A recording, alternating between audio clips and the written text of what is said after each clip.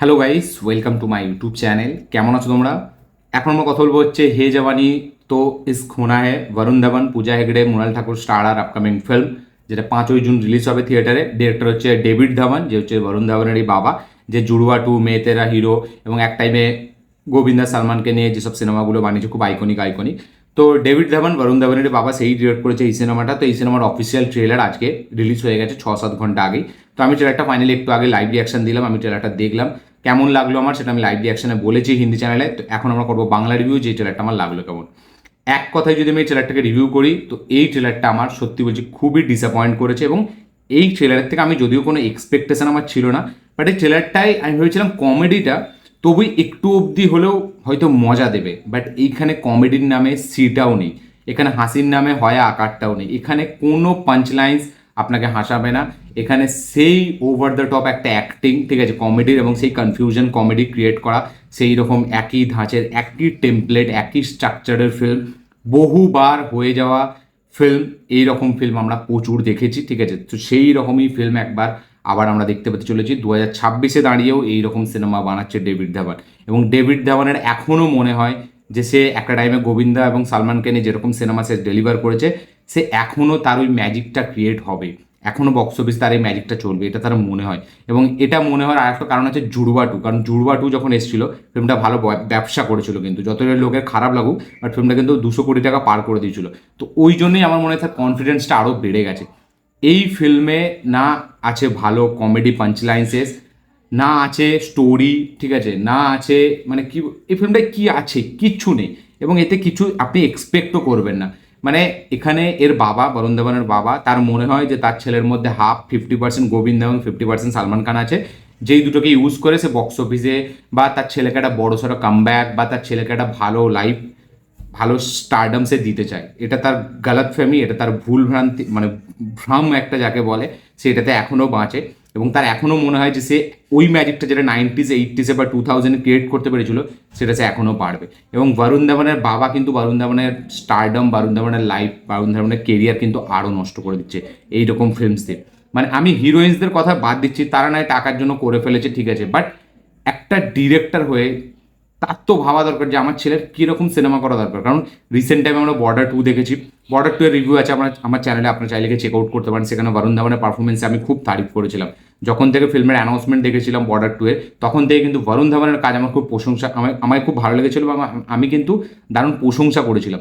এবং ট্রেলারে, টিজারে আপনারা film review দেখতে পারেন, হিন্দি বাংলা দুটো চ্যানেলেই আমার আছে। তো আমার খুব ভালো লেগেছিল, আমি ভাবছিলাম এইরকম টাইপ অফ সিনেমা কিন্তু বরুণ ধাওয়ানের করা দরকার। মানে সেখানে সানি দেওয়ালের মতো স্টারের সামনেও কিন্তু সে বেশি স্ট্যান্ড আউট করে যাচ্ছে। বাট তারপরেই কিন্তু সে এরকম একটা সিনেমা নিয়ে আসে, যেটা পুরো, মানে আমি আজও বরুণ ধাওয়ানের অক্টোবর, বদলাপুর এসব সিনেমা দেখে, বর্ডার 2 দেখে যতটা হ্যাপি হয়, তার থেকে বেশি আমাকে খারাপ লাগে এই জুড়ওয়া টু, মে তেরা হিরো, এই হে জওয়ানি তো ইস খোনা হে, এইরকম সিনেমা দেখে। মানে আমি জানি না সে কেন এরকম সিনেমা করে। এবং এই সিনেমাটা চলবে না পুরো আগে থেকেই, আমি 100% বলে দিচ্ছি, এই সিনেমাটা কেউ দেখবে না। মানে যেরকম ওই কিছুদিন আগে ওই সিনেমাটা আসলো এবং ডুবে গেল জাহ্নবী কাপুরের সাথে, ঠিক সেরকমই হতে চলছে। ধারমার যে ফিল্মটা এসেছিল, এই ফিল্মটাও ঠিক সেরকমই হবে।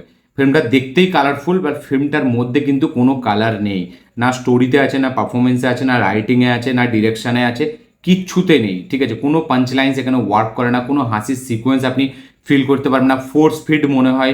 বরুণ ধাওয়ানের over the top expression, over the top performance একটা দেখলে আপনি বুঝতে পারবেন। সেই confusion comedy, same template, same স্ট্রাকচারের সাথে অনেক ফিল্ম হয়ে গেছে রিসেন্ট টাইমে। দে দে প্যার দে, দে দে প্যার দে টু, সন অফ সর্দার, এরকম প্রচুর ফিল্ম হয়ে গেছে। এবং এইরকম ফিল্ম আমরা বহুবার দেখে দেখে আসছি। বছরে 5-6টা খালি এরকম কনফিউশন কমেডিওয়ালা ফিল্ম বেরোয়, যার মধ্যে একটা হয়তো সেরকম ওয়ার্ক করে না, খুব রিয়ারলি একটা দুটো ওয়ার্ক করে যায়। তো এইখানে এই ফিল্মটাও সেরকমই হতে চলেছে। ফিল্মটা প্রথমে ওপেনিং তো ডিজাস্টার নেবে, তারপরেও কিন্তু ফিল্মটা খুব ডিজাস্টারই ফিল্ম হতে চলেছে। এবং বরুণ ধাওয়ান সেই গোবিন্দার আইকনিক কিছু এক্সপ্রেশন কপি করার চেষ্টা করেছে, আপনি পুরো ট্রেলারটা দেখতে পাবেন। তো এইগুলো চোখে পড়লে, এবং কোনো পারফরমেন্স কারো স্ট্যান্ড আউট করে না, দুটো হিরোইনকে জাস্ট গ্ল্যামারাসলি প্রেজেন্ট করেছে।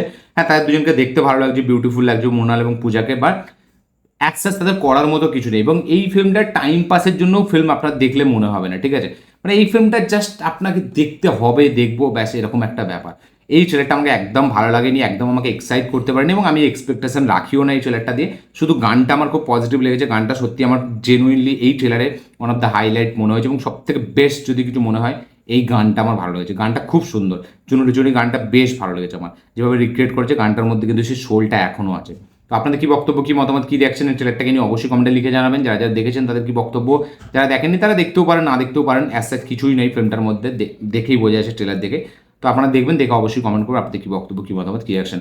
কারণ আমার পারফরমেন্স এখানে ভালো লাগেনি, শুধু আমার এই গানটা খুব ভালো লেগেছে এবং ফিল্মটার ভিজুয়াল খরচা করেছে, খুব কালারফুল ফিল্মটা দেখলে মনে হয়। এবং হ্যাঁ, মৌনি রয়ের যে দুটো সিকোয়েন্সের ডায়লগ, দিল্লি সে হয়তো দিল্লিওয়াল, ওই যে ডায়লগটা, ওইখানে যে পাঞ্চ লাইন্সটা, ওখানে আমার জন্য কিন্তু ওয়ার্ক করেছে, ওটা নটই বেশ ভালো লেগেছে, ওই সিকোয়েন্সটা আমার বেশ ভালো লেগেছে। এছাড়া আর কোনো সিকোয়েন্স, মানিস পলকেও নিয়েছে, তার কোনো কাজ নেই, তার কোনো পাঞ্চ লাইন্স নেই, তার এক্সপ্রেশনগুলো খুব অড, তাকে দিয়েছে সেই ন্যাকামো, খুব বিরক্তকর লাগছে। মানিস পলের মতো একজন কমেডিয়ান, ঠিক আছে, মানে তাকেও নিয়ে এসে অতটা ভালো কাজ করতে পারেনি। এর থেকে ভালো সে ওই ফিল্মটা ভালো কাজ করেছিল, যেটা অনিল কাপুর এবং কিয়ারা এবং ছিল, ঠিক আছে, ওই ফিল্মটা বরঞ্চ ভালো কাজ করেছিল। তো এখানে মানিস পলেরও করার মতো কিছু নেই। তো আমি জানি না ডেভিড ধাওয়ান তার কি মানে কি এমন তার মনে হয় এবং সে এখনও এরকম টাইপের ফিল্ম বানায়, তার ছেলের কেরিয়ার সে নিজেই শেষ করে দিচ্ছে এরকম টাইপের ফিল্ম করে, যেখানে বাকি ইয়াং অ্যাক্টাররা তারা এক্সপেরিমেন্ট করছে, ঠিক আছে। মানে এখানে আমি তো বরুণ ধাওয়ানের থেকে কার্তিক আরিয়ানকে অনেক এগিয়ে রাখবো, তবুই সে যেরকম টাইপ অফ ফিল্ম করে, একটা চ্যাম্পিয়নের মতো ফিল্ম করে, একটা ভুলভুলাইয়ার মতো ফিল্ম করে, আচ্ছা একটা ফ্রেডির মতো ফিল্ম, কি ফ্রেডি না কি নাম ছিল, যাই হোক ওই রকম টাইপের একটা ফিল্ম করে। তো আমি বলবো অনেক অনেক ভালো, অনেক বেটার সে কাজ করে, ঠিক আছে, মানে এইরকম না। এর থেকে আমি বলবো অনেক ইয়াংস্টাররা যদি নতুন নতুন আসে, লাক্স, আমি তো বলবো রিসেন্ট টাইমে লাক্সের মতো স্টার আমাদের খুব দরকার।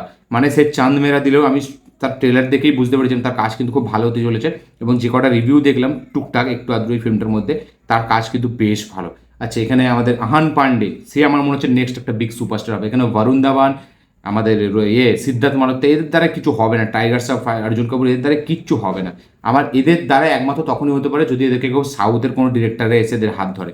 যদিও বেবি জনে ধরেছিল, বাট বেবি জনে সেরকম কিছু করতে পারেনি এবং বেবি জনটা যেহেতু খুব পপুলার ফিল্ম, আমি বলে নতুন কিছু কন্টেন্ট ওরিয়েন্ট একদম রিয়েলিস্টিক অ্যাপ্রোচের যে ফিল্মগুলো হয়, আমি বলে সেরকম টাইপের বরুণ ধাওয়ানকে কাস্ট করা দরকার। কারণ বরুণ ধাওয়ান কিন্তু পারফর্মার খুব ভালো, আমি বারবার বলছি, মানে তাকে যদি ঠিকভাবে ইউজ করা যায় ভালো আউটপুট কিন্তু বেরোতে পারে, সেটা আমরা অক্টোবরে বাদলাপুরে দেখেছি।